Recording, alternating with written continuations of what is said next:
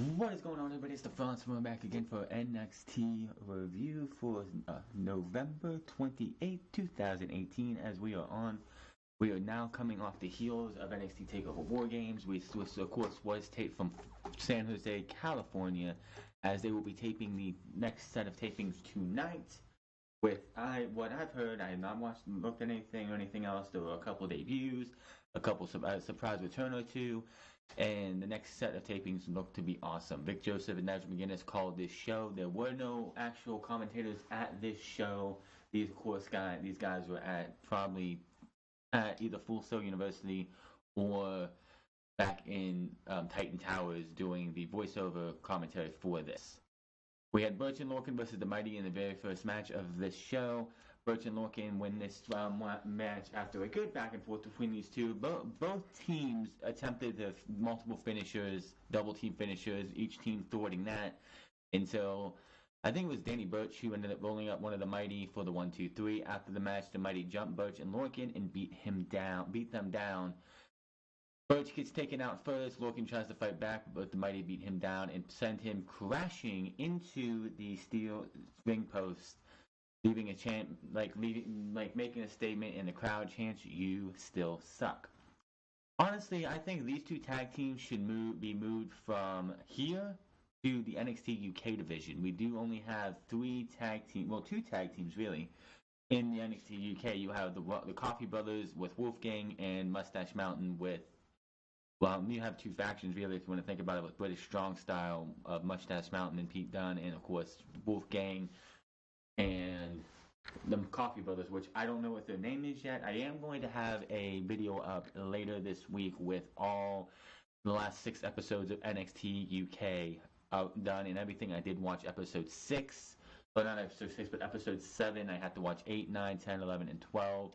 So I have a lot of wrestling to watch. I'm going to space it out and have a video up on Sunday for NXT UK because they did have the finals to the NXT UK Women's Championship in the final episode that aired from this current week's.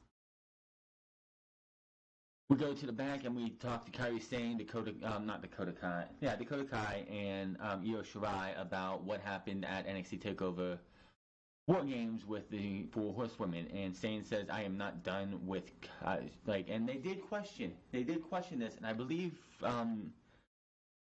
it was Christian Miracle who does the Wrestling Sins also mentioned this in his Sins video for that show, is that Kairi Sane's shoulder was up during the final pinfall. They did ask her about that, and she says the referee's decision is final, but I am not done with Shayna. I kind of missed what Kairi Sane said. She said something about maybe being friends with Kairi Sane, and Shirai said that she is best friends with Kairi Sane, and that all 3 of these women challenge the 3 4 horsewomen in NXT to a match. Maybe at NXT Takeover Phoenix. Maybe that's where this is leading to. We'll have to wait and see. But Kairi Sane, Io Shirai, and Dakota Kai want the 4 horsewomen of MMA. And that should be something worth looking forward to. EC3 versus Marcel Barthel. I can't get his name right half the time. This was just pretty much, but Marcel got offense on in the beginning, but EC3 with the victory in the end. He does grab a microphone and he says, "You tried to take me out, but the problem was you didn't finish the job.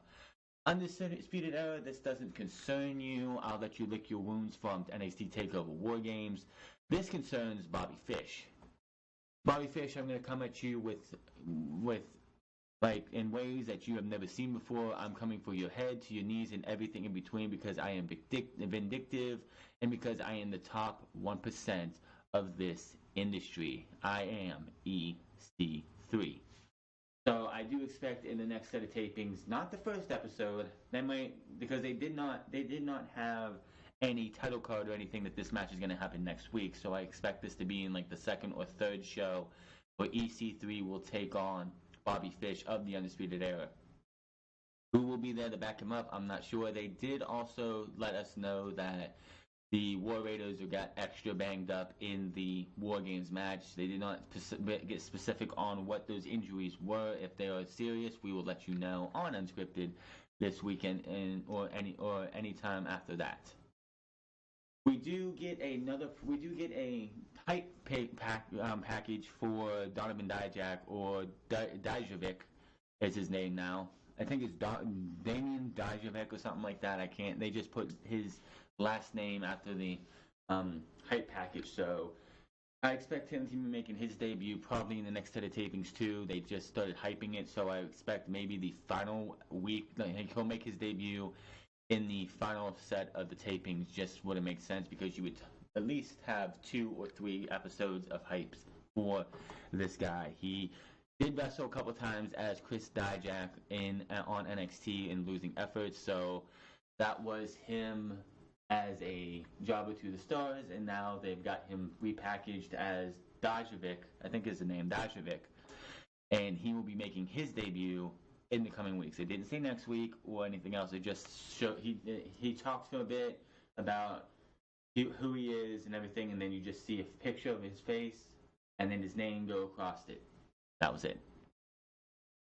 Mia Yim versus Vanessa Bourne was also on this taping. And Vanessa Bourne pretty much is a jobber to the stars. She's doing absolutely nothing right now. She is just the person who goes out there and loses and loses and loses. And she lost to the Eat Defeat by Mia Yim. Short, sweet match. Nothing to it. Mia Yim's just getting pushed up. And that was that. And then we had our main event. Lars Sullivan versus Keith Lee. I did not watch the Aftermath show, but they did talk about how this match was set up because of what happened last week on NXT, where both of these guys beat jobbers. I believe Lars Sullivan was post-match attacking his opponent.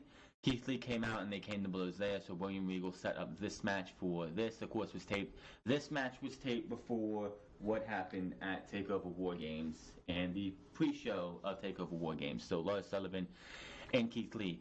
This was pretty much a dick measuring contest between these two, because you would have a shove by Keith Lee, a shove by Lars Sullivan, a clothesline by Keith Lee or by Sullivan. They went back and forth over and over. Keith Lee showed off his athleticism. He ended up doing a springboard, a springboard crossbody over the top rope to Lars Sullivan at one point in the match. He did a flip over that corkscrew, that diving corkscrew off from the inside to the outside to Lars Sullivan. Keith Lee showed that he can do anything a cruiserweight could do. He puts a lot of cruiserweights to shame with how he can do what he can do. He missed a moonsault, I believe, to finish this match, and Lars Sullivan hits the freak accident for the 3 count. My one gripe for this match is the fact that Keith Lee lost. Lars Sullivan, since TakeOver War Games, or since Survivor Series, has been getting coming soon videos for Monday Night Raw and SmackDown Live. He is being touted as the highest paid the most sought after free agent in WWE history, or one of. He's coming up, and this is probably his last match. I doubt he'll be on this next set of tapings. I don't know. I don't read spoilers.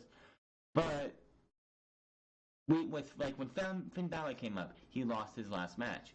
When Samoa Joe came up, he lost his last match, which was an NXT Championship match to Shinsuke Nakamura, if I'm correct. Sami Zayn did the same thing. Everybody's done that in NXT. When you lose, if you lose a big match, that usually means you're coming up. Like we expect Velveteen Dream to come up soon, and everyone expected Velveteen Dream to come up after War Games because he lost the NXT Championship match. He still could be coming up. We might not see Velveteen Dream again in NXT. He could still be used down there, but who knows?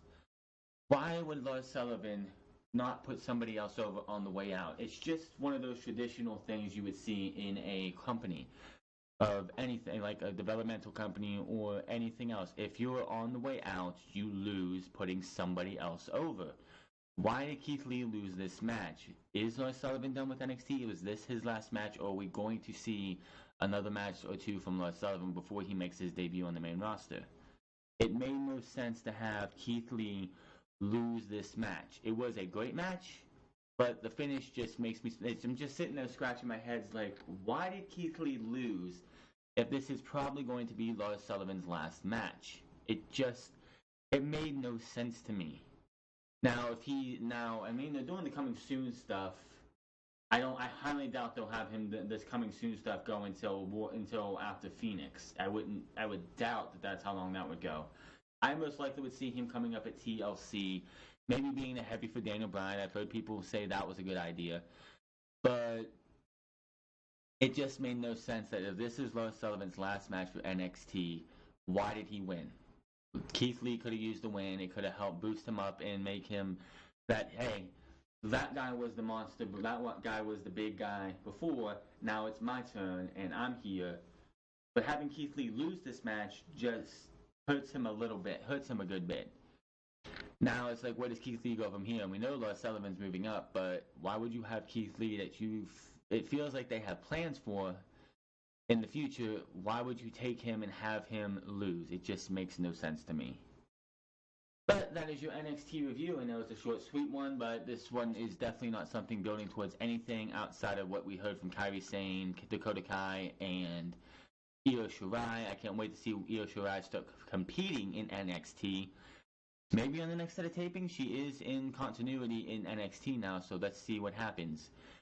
Find me on Twitter at TheFrance. Find me on twitch.tv/TheFrance08. Hit that subscribe button. Comment down below. Like or dislike this video. Let me know what you think of everything that I talked about here, especially the Keith Lee thing, which is the most I talked about on here. I will see you guys Saturday for Unscripted. We have some news on Fox winning one certain Raw superstar and much, much more. Until then, I'm getting out of here.